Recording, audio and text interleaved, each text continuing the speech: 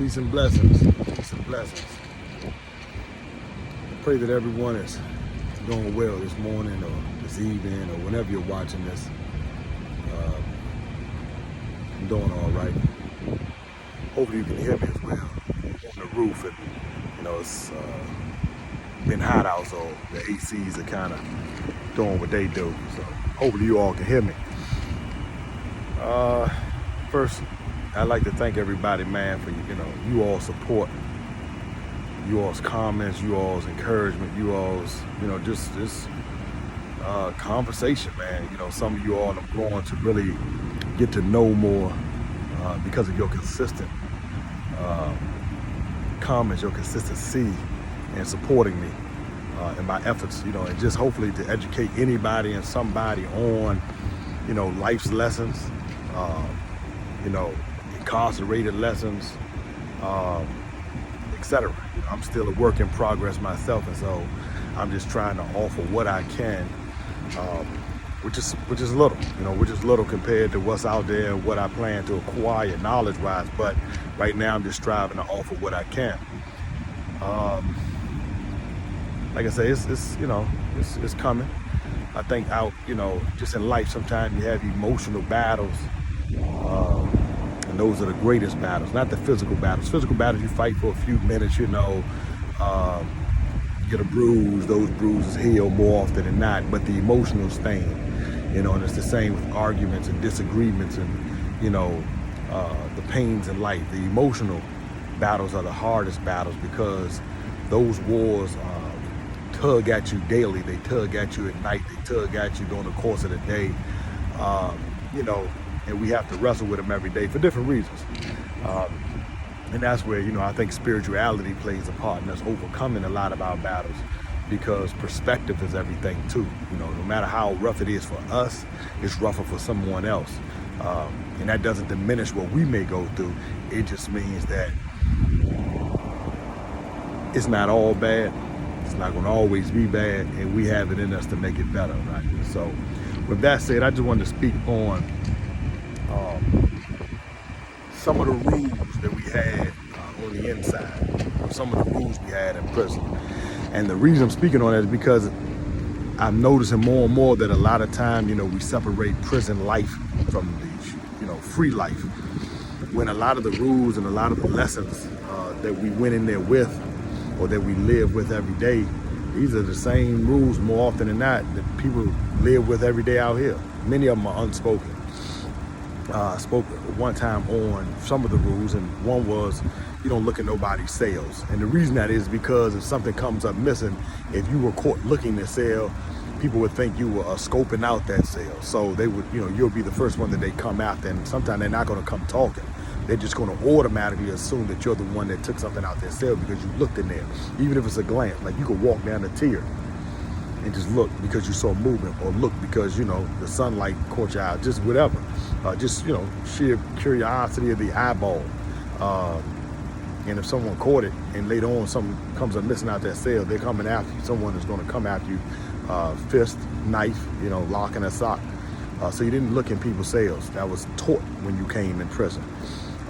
Mind your business. Sometimes you might walk up on a situation where someone's getting beat up in the hallway. Now, of course, you might want to help.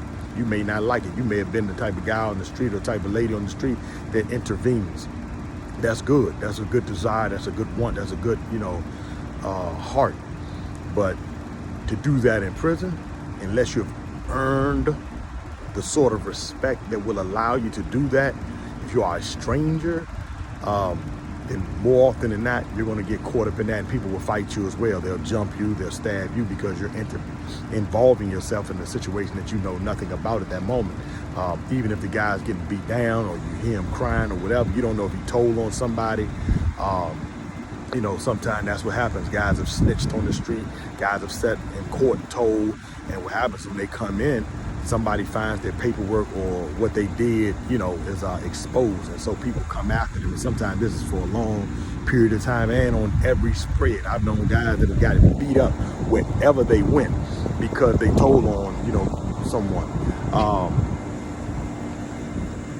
Another rule was,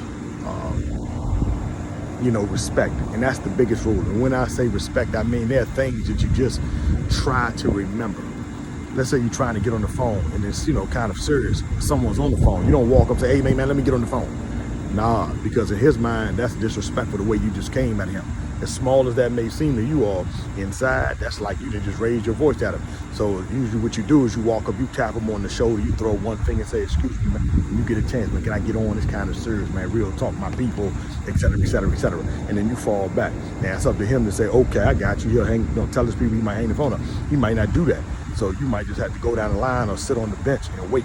But how you talk is so important in prison. How you talk is so important. I've seen guys that will go up to the shower and say, hey, back shower, hey, front shower, who behind you? Now, that sounds aggressive. So the person in the shower, depending upon the mood they in, might say, who is that? And so you might respond with, who got behind you, man? You know what I'm saying? And next thing you know, now you can hear it. People that are sitting around listening like, okay, now this is a battle of egos, when all you had to do was go and say, excuse me, back shot, who got behind you? Simple as that. He'll usually respond respectfully like, you got it, or Smoke got it, or Joe Blow got it, you know what I mean? But the way you say it would determine how things go more often than not. I remember a guy was, he was masturbating, and they had these short doors in Greensville, these short gray doors that only really covered from like the bottom of your chest to maybe your knees at one time.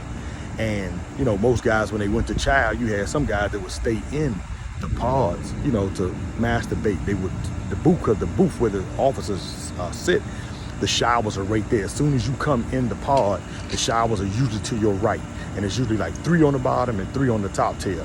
So the booth officer, they sit right there between the two pods. So they stand up, they walk around, they grab request forms, they do whatever. But they can see into the shower. Now the door is meant to protect you, your genitals.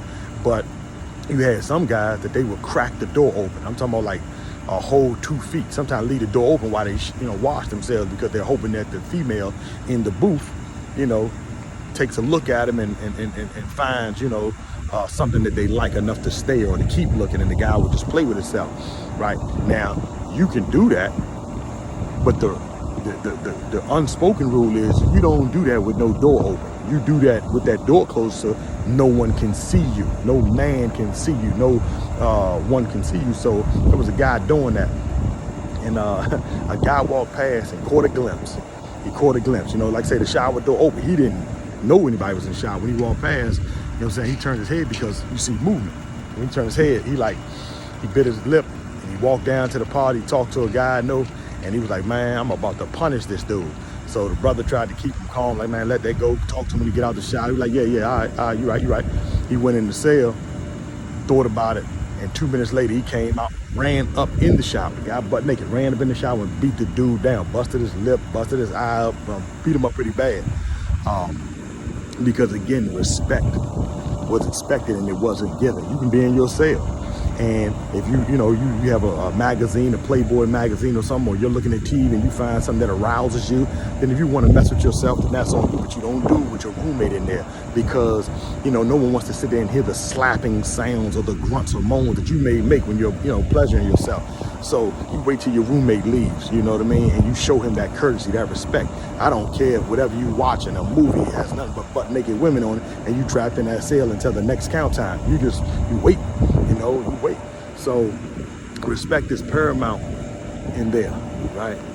And because of the lack of respect, more and more it's becoming more and more violent in prison and on the street. And it's been violence, definitely had violence, you know what I'm saying, every year, for years and years, but we're not taught respect. We're not taught respect. We're worried about what other people do more often than not, but we don't look in the mirror and ask ourselves, how am I respecting, the next person? And I try to be mindful of this every day myself, because, as I spoke on PTSD, when you're in there, what you give more often than not is what you receive. So you respect people, usually that's what you get back.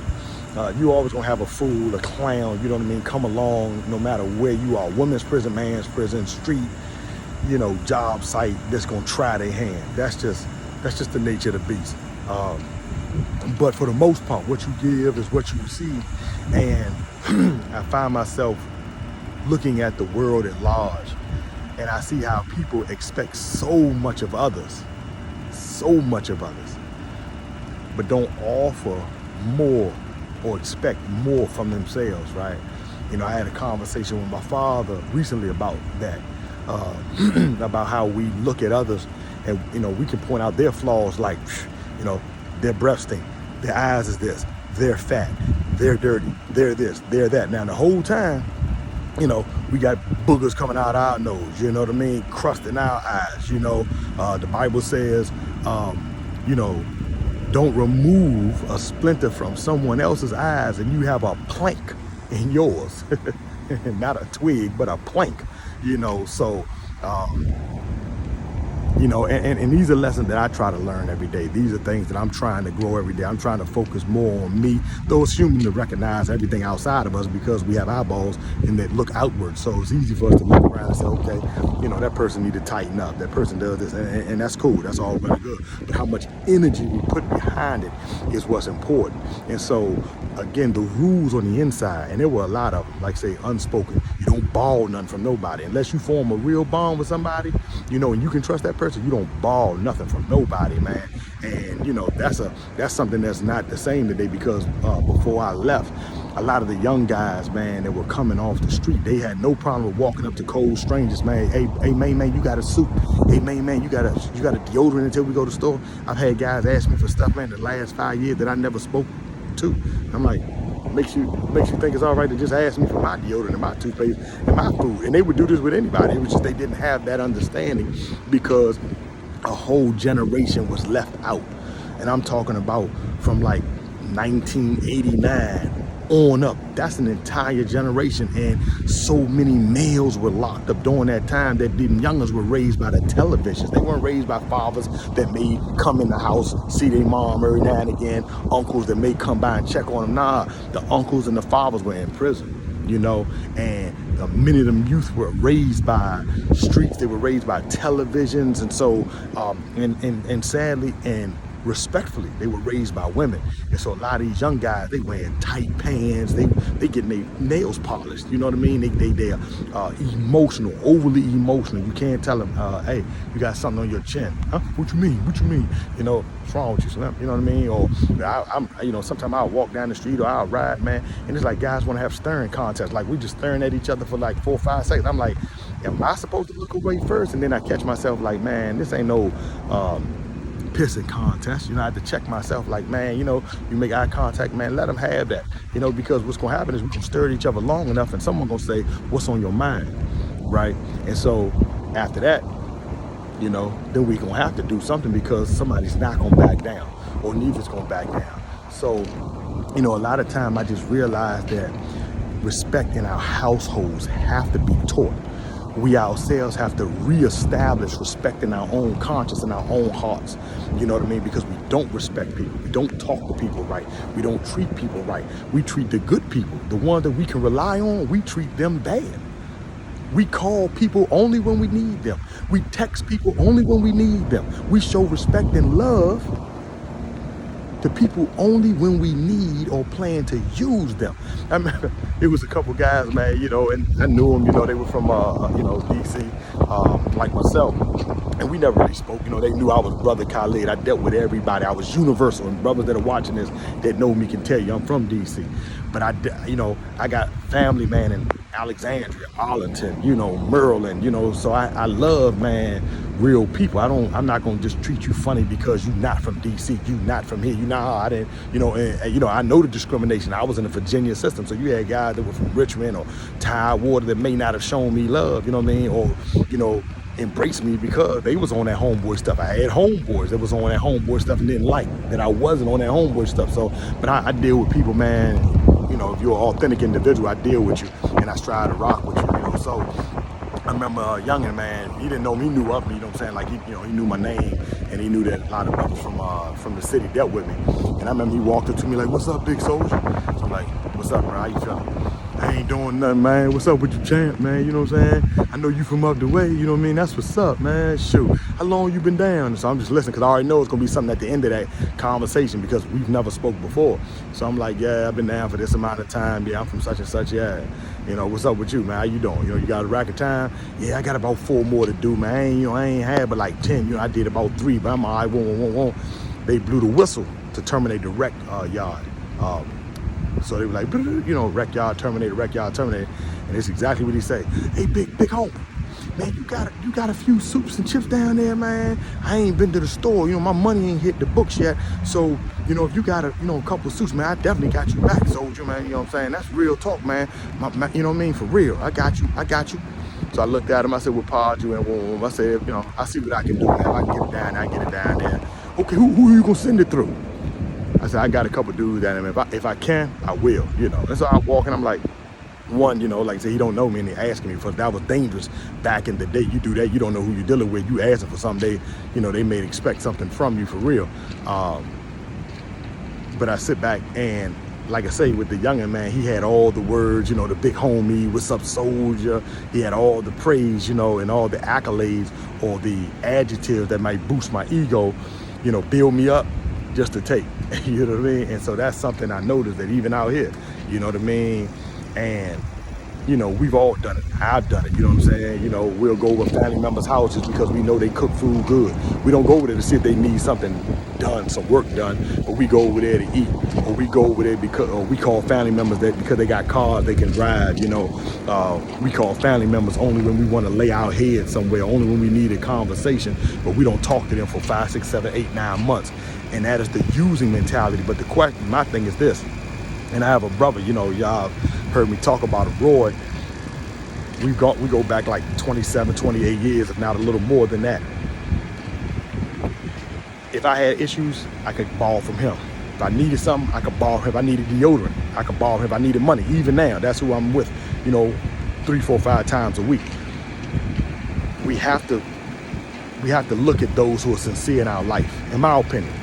If the person is sincere in your life, then make that person your friend, if you can. Now, all people may not like what we do, may not like how we move, and so we might not be on their level, right? Just as others might not be on our level. But I'm of this mindset. If a person can be trusted, if they've shown love, they've shown trust, they've shown authenticity, then that person is the person I would rather have as a friend, a companion, than someone that just makes me laugh or goes to parties with me or fights by my side or does drugs with me or drinks with me, but I can never rely on them, right? So it's important that we really learn to distinguish, man, real from fake, and ask ourselves, who do we hang with? Check your circle. And when you check your circle, you ask yourself, if I hang with fake, what does that make me? And if I like real or I appreciate real, but I don't hang with real, what does that say about me?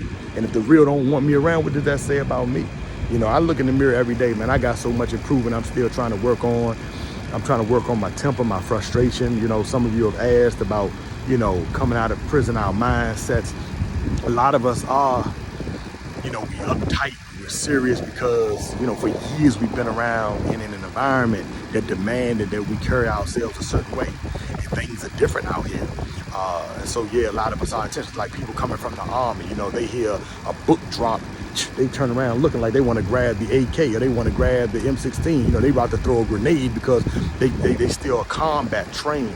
And so many of us haven't been thoroughly acclimated into society. So we're striving to, find ourselves still. We're still trying to find that balance still, and not by other people's standards, but by just, a comfortable standard, where we're comfortable and we're at peace. But it's not easy. It's not easy. And so, we continue to grow. And so that's just, what I'm saying. And there are new guys, man, that they didn't offer respect, and so they didn't get it. They offered, disrespect, and they got, there were consequences to that disrespect. But respect is paramount, and that's a lesson that I try to exhibit even out here. I try to respect everybody. I really do. I mean, I get along with everybody. I mean, I like everything everybody does, but I respect as best I can everybody. I say, Yes, sir. No, ma'am. Two kids. I like, yes, sir. No bad. I appreciate you. Thank you. You know what I mean? Good looking, etc. But if anybody is watching this and they take anything from this, let it be respect. Let it be respect. You know, let it be, what can I do today that improves me? You know, what can I do today that improves me? You know, so hopefully today, you know, one of the things I'm going to keep working on, and others have, you know, suggested the same is, you know, be more, you know, calm, be more calm. And I'm working on it. I'm working on it. It ain't easy, but I'm working on it, you know. So let us work on ourselves. And let us, you know, make those lessons as well. You know, what is it that we can work on in the mirror? What is it that we can work on that will improve us? Yeah. And let us grow together, man. Let us grow together. So again, I thank you people who are watching. I thank you no matter where you are, whether it's in London, whether it's in Canada, whether it's in Texas, whether it's in Atlanta, whether it's in DC, Maryland, Virginia, Chicago, wherever you are, you're watching this, and you supporting me, and you're encouraging me, and you're pushing me. Thank you. And keep encouraging, pushing, and supporting those that you care for, those that you know, those that are around you. If they want to write, push them to write. If they love rapping or poetry, encourage them. If they love singing and dancing, encourage them. They love doing sewing, encourage them, man. Support the ones you love, man. Support the ones you care for. I'm telling you, it's a good feeling. It's a good feeling. So thank you all. Have a good day. I appreciate you all as always. And, you know, we're going to make it. We're going to make it. With that said, peace.